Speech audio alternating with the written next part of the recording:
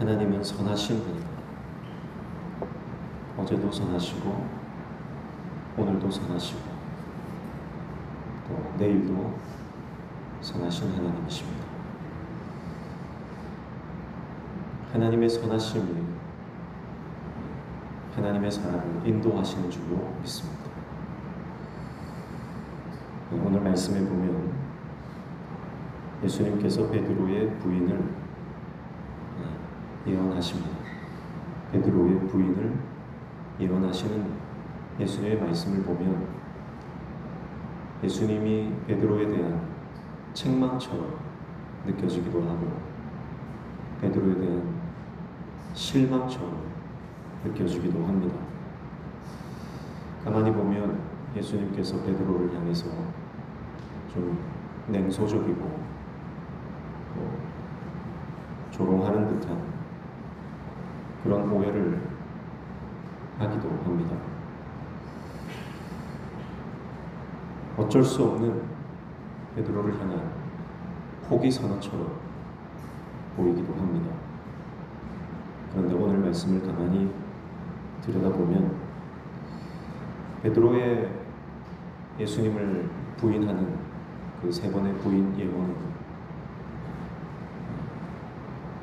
비난과 책망과 실망이 아닌 격려와 응원이라고 하는 것을 말씀을 통해서 보게 됩니다. 먼저 31절에 보면 시몬아 시몬아 보라 사탄이 너희를 밀가부르듯 하려고 요구하였으나 이렇게 말씀을 하고 있죠. 지금 어떤 상황입니까? 예수님께서 십자가에 달려 돌아가시기 직전입니다. 이제 곧 군병들이 예수님을 체포할 것입니다. 제자들은 이제 스승을 잃어버릴 것입니다. 예수님은 제자들을 남겨두고 십자가의 길, 죽음의 길을 가야 하는 것입니다. 그래서 이제 예수님의 고난과 예수님의 죽으심 이후에 제자들을 향한 원수의 공격은 더 심해질 것이다 라고 하는 것을 예수님은 알고 계시죠. 그래서 예수님께서 남겨질 제자들을 향해서 마지막 당부를 하고 계시는 그런 장면이죠. 집에서 부모님들이 자녀들을 놔두고 긴 시간 외출을 하거나 여행을 가게 되면 자녀들에게 당부할 말이 얼마나 많습니까? 근데 지금 예수님이 죽음의 길로 가시기 전 남겨질 제자들을 향해서 당부하실 말이 얼마나 많겠습니까? 시몬아 시몬아 사탄이 너희를 밀가부르듯 하려고 요구한다. 이렇게 말씀하시죠. 사탄이 밀가부르듯 하려고 요구한다. 여기서 요구한다라고 하는 것은 사탄의 적극적인 공격을 말하는 것입니다. 그래서 앞으로 감당하기 힘든 상황들이 펼쳐질 것이다. 그렇게 예수님 말씀하시면서 베드로에게 뭐라고 말씀하시죠? 시몬아, 시몬아 그렇게 부르십니다. 예수님은 베드로를 시몬이라고 잘 부르셨어요. 시몬은 베드로의 본명입니다. 예수님은 베드로를 만나서 그 시몬을 향해서 새로운 이름을 주시죠. 바로 게바라고 하는 이름입니다. 번역하면 반석, 히브리 발음으로 베드로가 되는 것이죠. 베드로라고 하는 새로운 이름을 주셨지만 복음서에 보면 예수님은 베드로를 향해서 시몬이라고 부르십니다. 그것은 베드로를 향한 친밀감의 표현입니다. 그래서 항상 시몬아, 시몬아 그렇게 많이 부르시죠.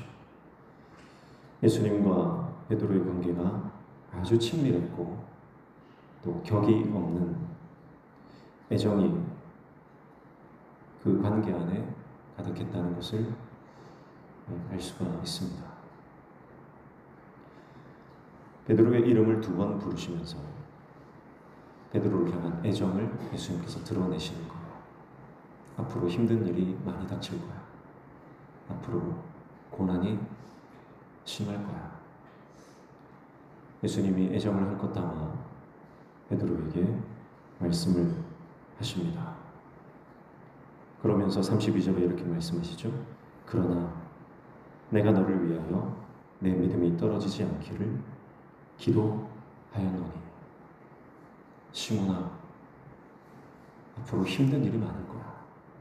그런데 내가 너를 위해 기도하고 있다는 것을 잊지 마라. 그렇게 말씀하시는 것입니다. 그리고 이렇게 말씀하시죠. 이어서 너는 돌이킨 후에 내 형제를 굳게 하라. 그렇게 말씀하십니다. 돌이킨 후에라고 하는 것은 실패한 후에, 넘어진 후에, 그리고 회복된 후에라고 하는 의미를 함축하고 있습니다. 베드로가 이 말을 듣고 깜짝 놀라 예수님께 이렇게 말합니다. 33절에 그가 말하되 주여, 내가 주와 함께 오게도 죽는 데도 가기를 각오하였나이다. 주님, 무슨 말씀이세요? 내가 돌이킨다니요? 내가 실패했다가 다시 일어난다니요? 아니 주님, 나는 끝까지 주님 따라가겠습니다. 나는 실패하지 않습니다. 나는 목숨을 걸었습니다.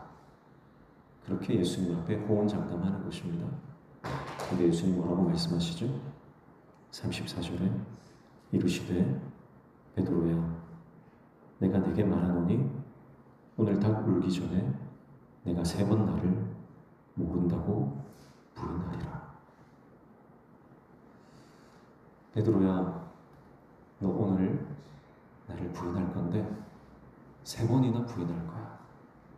그렇게 말씀하십니다. 그런데 시몬아 시몬아 했던 예수님께서 부인에 대한 말씀을 하시면서 베드로를 베드로다, 베드로야 그렇게 다시 부르십니다. 베드로는 예수님께서 붙여주신 새로운 이름이죠. 사명의 이름입니다. 사명의 이름으로 부르십니다. 베드로는 반석이라는 뜻이잖아요. 흔들림이 없다는 뜻입니다. 그런데 너 오늘 내가 붙여준 이름과 다르게 심하게 흔들릴 거야. 흔들리고 쓰러지고 넘어질 거야.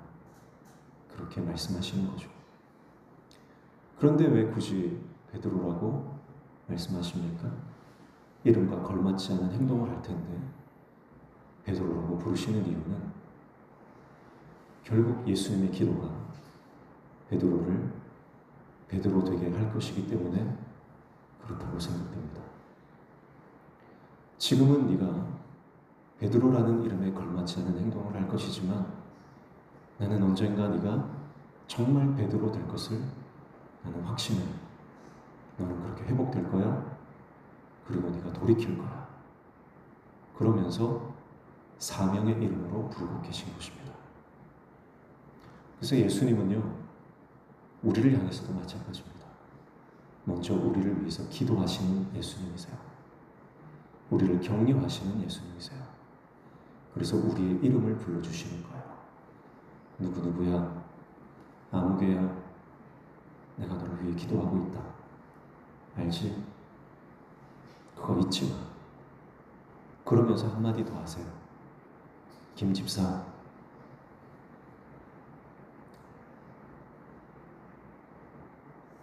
사명 감당할 수 있지?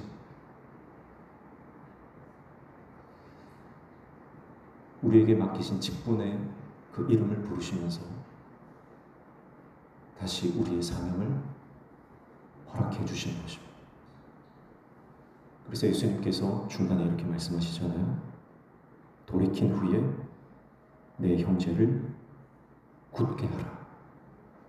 돌이킨 후에 내 형제를 굳게 하라.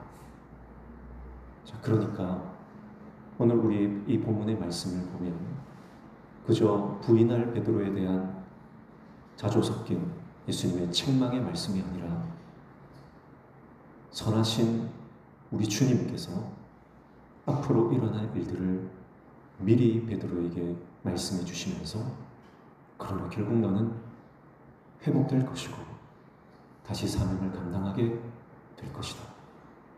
그래서 너는 베드로로 살아갈 것이다 라고 하는 삶의 이정표를 미리 보여주시는 장면이라고 볼 수가 있겠습니다. 사랑하는 성도 여러분, 예수님이 베드로를 응원하시는 것처럼 오늘 우리도 그렇게 응원하시고 격려하시고 우리를 위해 중보하고 계신 줄로 믿습니다. 예수님은 제자들이 힘든 길을 가라고 등 떠미신 분이 아니었습니다. 예수님은 먼저 그 길을 가시며 그 길을 따라오도록 길을 만드시는 분이었습니다. 사랑하는 성도 여러분, 우리는 주님이 가신 그 길을 따라가기만 하면 됩니다. 없는 길을 내가 만들려면 막막하고 힘들 것입니다. 그러나 우리 주님이 한 발짝 한 발짝 미리 그 길을 가셨고 마치 눈길 위에 그 발자국이 선명하게 나 있는 것처럼 우리는 예수님의 그 발자국만 밟으면 되는 거야. 그래서 우리가 그 길을 밟을 때 예수님께서 우리를 응원하시고 격려하시고 또 사명을 다시 부여해 주시는 그 다정하시고 친근한 음성을 우리가 들을 때 우리는 포기하지 않고 끝까지 그 십자가의 길을 가게 될 줄로 믿습니다. 오늘 하루 살아갈 때 우리의 마음을 흔들어 놓는, 우리의 마음을 완전히 뒤집어 놓는 말들과 상황들이 펼쳐질 수 있습니다. 가장 가까운 사람들부터 시작해서 믿었던 사람들까지, 그리고 전혀 예상하지 못했던 많은 상황들이 우리 앞에 펼쳐지면서 우리의 마음이 요동칠 수 있습니다. 예수님께서 그러나 그런 요동치는 우리의 심령 가운데 그러나 네가 나를 3번 부인할지라도 너의 마음이 심하게 흔들리고 의심 가운데 빠질지라도 내가 너를 위해 기도하고 있다는 것 잊지 마라. 우리의 이름을 불러주시며 우리의 직분을 불러주시며 여전히 우리를 응원하시며 끝까지 사랑하시는 그 주님 때문에 오늘도 승리하는 십자가의 길을 묵묵히 걸어가는 저와 여러분 되시기를 주님의 이름으로 축복합니다.